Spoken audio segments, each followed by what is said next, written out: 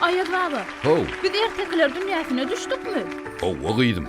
Biz ertekler dünyasının edilecek içine düştük.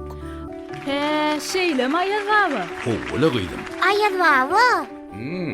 onne meninni bütün yıllap şu ertekler mekanına yaşamalı mı?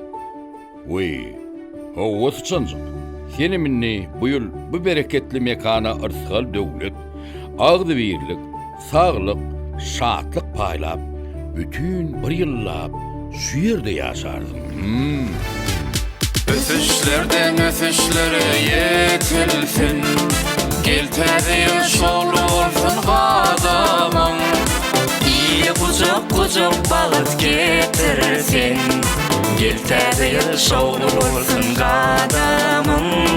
İyi kucak kucak balıt getirsin, geltedi şolu olsun adamın.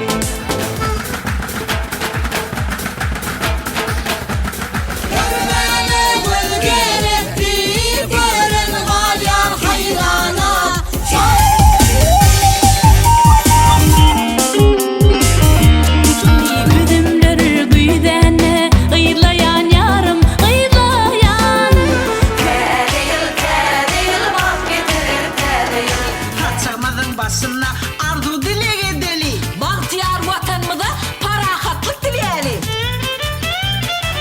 Didarlar doyma yarın elle bakıştan.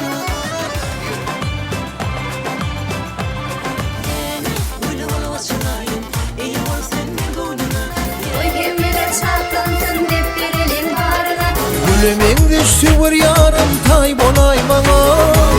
Asıp minip kırkını aydıp görmek gerekime. Gelsen gelsen kâbe yol. Yar yar yaralay, ışkıda yakışlar halım yamanay.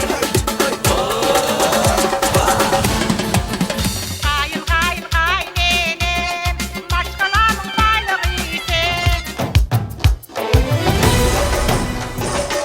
Topacağına bulda villeri var. Baltımı senin aşkın.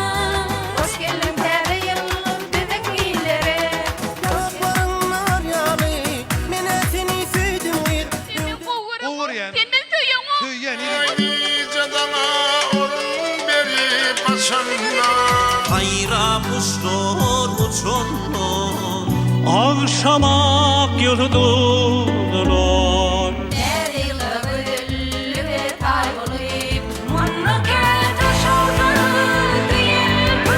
Şeydip mirdi kaylayar. Kıyılar gelir o yere bugün toy günü. Aman ülkümün iyisi sen sayılı kılgıp bakan tacım. Çay sepmeden miras aslımızın yadigar. Maksatlı köngül içrey bırakatı tane.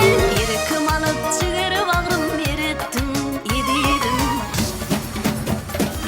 Ay kuzundur şökle alır hayran alır cülgeli. Ahamın, ahamın, aha aha ahamın.